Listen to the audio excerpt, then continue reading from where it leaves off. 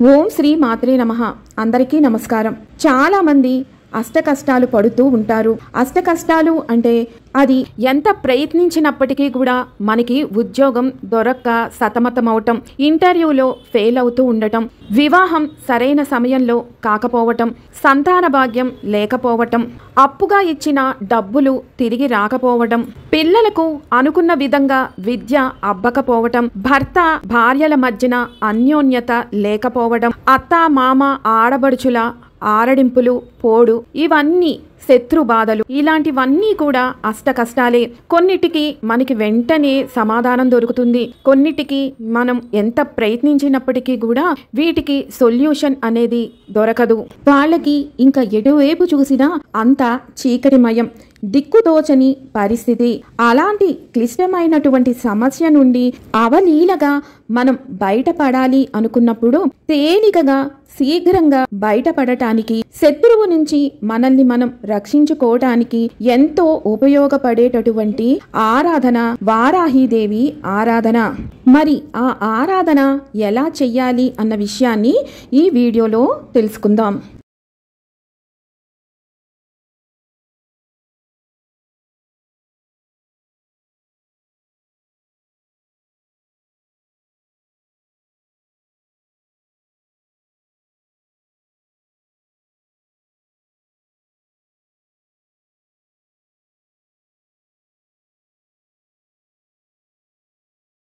ఇప్పుడు నేను చెప్పబోయే ఈ పూజ ఎంతో శక్తివంతమైనది, అలాగే చాలా సులభమైనది కూడా.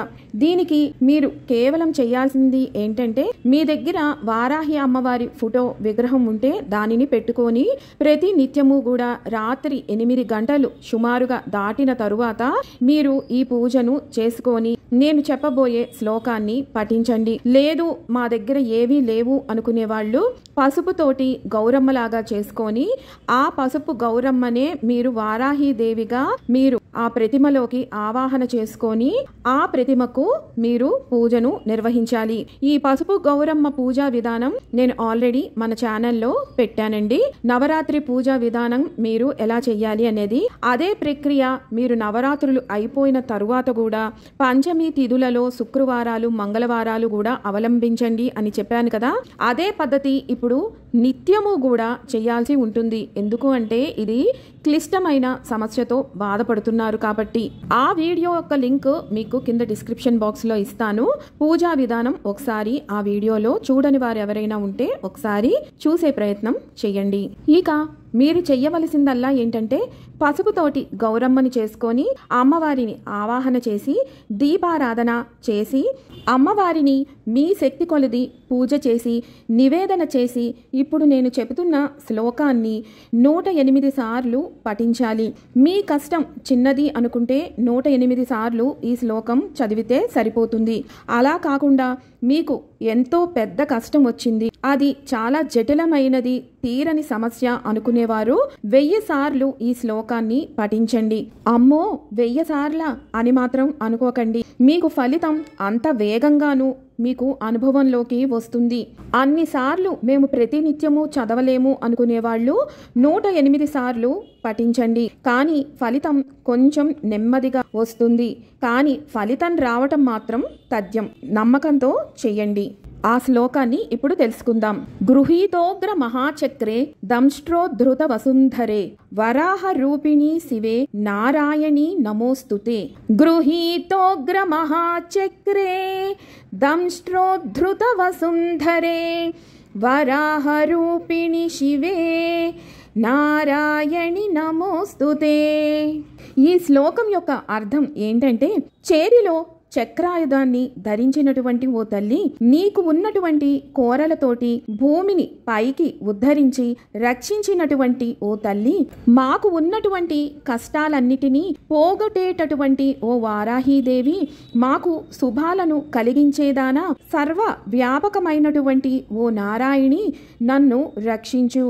చాలా చిన్న శ్లోకం, కానీ ఫలితాలు మాత్రం అద్భుతంగా ఉంటాయి. మీరు అనుభవంలో చూస్తే గాని మీకు తెలీదు. ఇది తథ్యం. ఇది నేను చెప్పింది కాదండి, పెద్దలు చెప్పినటువంటి మాట. కాబట్టి భక్తితో తప్పనిసరిగా ఆచరించండి. మరి ఈ పూజ నిత్యము చెయ్యాలి అంటున్నారు కదా, మరి వీటికి ప్రత్యేకమైన నియమాలు పాటించాలా అంటే ఏమీ అక్కర్లేదండి. ఇది నిత్య పూజలాగా మీరు చేసుకుంటున్నారు.